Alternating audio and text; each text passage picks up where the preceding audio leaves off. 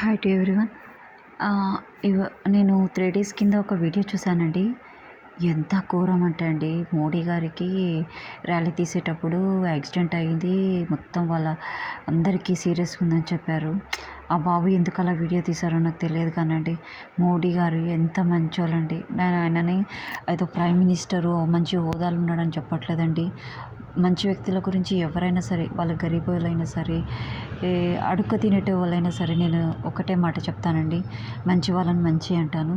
ఆయన అంత మంచి వ్యక్తిని చనిపోయే అది సీరియస్గా ఉన్నాడు అని చెప్పేసి వీడియో చూసేసరికి నా నా ప్రాణం అరికాళ్ళకు వచ్చేసినంత పని అయిపోయిందండి. వెంటనే నేను టీవీ పెట్టుకొని అన్ని న్యూస్ చూస్తూ ఉన్నాను, వాచ్ చేస్తున్నాను.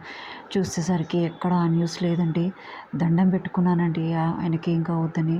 ఎందుకంటే ఆయన ఏ స్వార్థం లేకుండా ప్రజల కోసం వర్క్ చేస్తున్న వ్యక్తి. అలాంటి వ్యక్తి గురించి చెడుగా మాట్లాడు. నాన్న నువ్వు ఎవరో నాకు తెలియదు, నీ వాయిస్ చేస్తే చాలా చిన్న ఏజ్ లాక్కుంది, ఎందుకు అలా చేసావో నాకు తెలియదు, కానీ వద్దు నాన్న, పాపం కట్టుకోకు, ఆయన చాలా మంచి వ్యక్తి. ఆ ఫ్యామిలీకి మీ ఫ్యామిలీకి అందరికీ, మీ రాబోయే ఫ్యామిలీకి పాపం తగులుతుంది బేటా, చెయ్యకు నాన్న అలాంటివి. ఎవరి గురించి అయినా సరే, కానీ మంచి వ్యక్తుల గురించి, చెడ్డ వాళ్ళ గురించే చేయొద్దని చెప్పేదాన్ని నేను. అలాంటి అంత మంచి వ్యక్తి గురించి నువ్వు అలాంటి వీడియో చేసావు, చేయొద్దు నాన్న. ఆయన 100 ఏళ్ళు బ్రతకాలి అనే ఒక ఒపీనియన్. ఆయన ఉన్న రోజులు మంచిగా చేయాలి.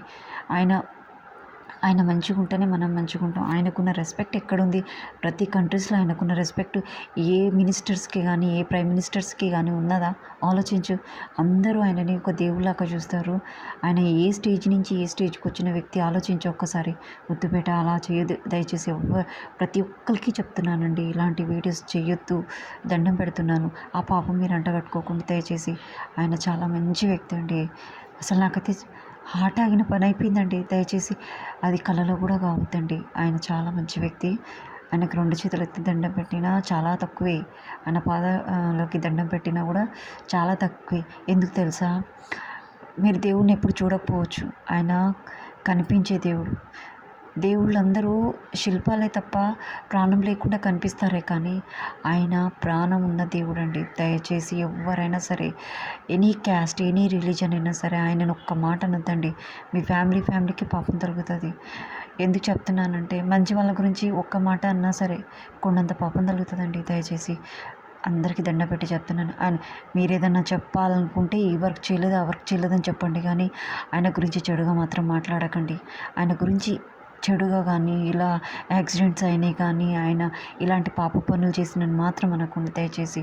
మోడీ గారు చాలా మంచి వాళ్ళు, నిజంగా కడిగిన ముత్యంలా. కానీ కవిత గారు అన్నారు కదండి, అంతకంటే ఎక్కువైనండి మోడీ గారు. నిజంగా చెప్తున్నా, కడిగిన ముత్యం కూడా పనికిరాదండి. ఆయనకు దండం పెట్టాలండి. చాలా చాలా చాలా చాలా మోడీ గారు ఇలాంటి వీడియో చేసే వాళ్ళకి ఆ దేవుడు కూడా క్షమించారండి. మోడీ గారు మీరంటే చాలా ఇష్టం, మీరు తెలంగాణకు రావాలి, మీరు తెలంగాణకు వచ్చి మా వెంటే ఉండాలని మాకు కోరికండి. మోడీ గారు thank you very much.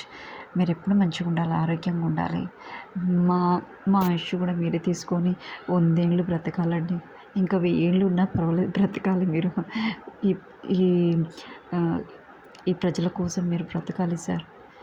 I really respect you. Thank you to everyone.